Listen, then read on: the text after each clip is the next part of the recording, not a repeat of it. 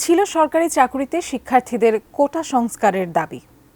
সেই দাবি না মেনে দাম্ভিকতা দেখিয়ে ছাত্র জনতার উপর পুলিশ ও আওয়ামী ক্যাডাররা চালায় গণহত্যা। ফলে ৯ দফা সরকার পতনের এক দফায় পরিণত হয়। জনরোষ থেকে বাঁচতে দেশের ইতিহাসে এই প্রথম সবচেয়ে ক্ষমতাধর শাসক শেখ হাসিনা পালিয়ে যেতে বাধ্য হন। ঠিক এক মাস আগে ৫ অগস্টের ঘটনার প্রেক্ষাপট তুলে ধরছেন সহকর্মী মনিরুল ইসলাম মিন্টু।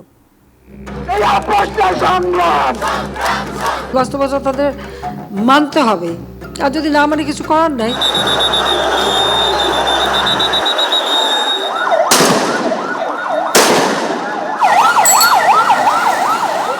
জুলাইয়ে কোটা নিয়ে ঢাকা বিশ্ববিদ্যালয় সহ বিভিন্ন ক্যাম্পাসে নিয়মতান্ত্রিক শান্তিপূর্ণ আন্দোলন কর্মসূচি চালাচ্ছিলেন বৈষম্যবিরোধী শিক্ষার্থীরা।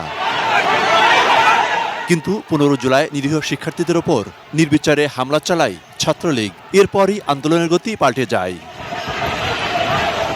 অবশ্য আগের দিন শেখ হাসিনার রাজাকার মন্তব্য নিয়ে মধ্যরাতে উত্তাল হয়ে ওঠে ঢাকা বিশ্ববিদ্যালয় ক্যাম্পাস।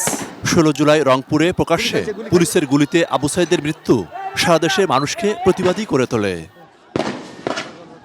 বন্ধ করে দেওয়া হয় পাবলিক বিশ্ববিদ্যালয়। রাজপথে নেমে আসেন বেসরকারি বিশ্ববিদ্যালয় সহ বিভিন্ন শিক্ষা প্রতিষ্ঠানের শিক্ষার্থীরা। শুরু হয় দমনপীড়ন। নানা কায়দায় আন্দোলন ঠেকাতে মাঠে নামানো হয় দলীয় ক্যাডারদের। সীমা ছাড়িয়ে গেছে।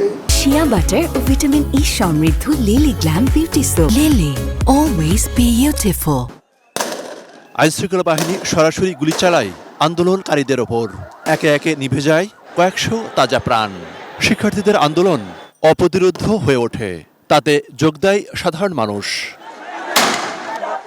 ৩ আগস্ট কেন্দ্রীয় শহীদ মিনারে ছাত্র জনতার এই জমায়েতের পর সরকার পতন হয়ে ওঠে সময়ের ব্যাপার মাত্র। ৯ দফা পরিণত হয় এক দফায়।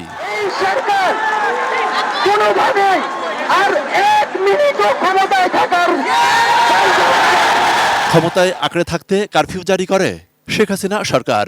দেখামাত্র গুলি করারও নির্দেশ জারি হয়। কিন্তু অদম্য বৈষম্যবিরোধী ছাত্র আন্দোলন কৌশলগতভাবে একদিন এগিয়ে ৫ আগস্ট লং মার্চ এবং সেদিনই শাহবাগে ছাত্র জনতার সমাবেশ থেকে গণভবন ঘেরাওয়েরও কর্মসূচি ঘোষণা করা হয়। ঢাকায় চারদিক থেকে কারফিউ ভঙ্গ করে ছাত্র জনতার যে ঢল, তাতে শেখ হাসিনা গণভবন থেকে ভারতে পালানোর সময় পান মাত্র ৪৫ মিনিট। এই সংবাদ ছড়িয়ে পড়ার পর বিজয়ের আনন্দে আত্মহারা পুরো জাতি। দ্বিতীয় স্বাধীনতার জয়গান। কড়া নিরাপত্তার চাদরে থাকা গণভবনে ঢুকে বিজয় উল্লাস। এদিন সংসদ ভবনেও ঢুকে পড়ে মানুষ। ঢাকা শহরের সড়কে সড়কে মানুষের ঢল নামে। নতুন বাংলাদেশ গড়ার স্বপ্ন মুখে মুখে, আর দেওয়ালে দেওয়ালে আঁকে সেই স্বপ্নের গ্রাফিতি। ১৫.৫ বছরও বেশি সময় ধরে ক্ষমতার কেন্দ্রবিন্দু ছিল যে গণভবন, এক মাসের মধ্যেই এটি পরিত্যক্ত। নেই নেতাকর্মীদের আনাগোনা, নিরাপত্তার বাড়াবাড়ি কিংবা কোনো রাজনৈতিক সিদ্ধান্ত। জনগণের বিপক্ষে গিয়ে ক্ষমতায় টিকে থাকার যে ভয়ঙ্কর পরিণতির যেন আরেকটি উদাহরণ। ৫ আগস্ট থেকে ৫ সেপ্টেম্বর পার হয়েছে এক মাস।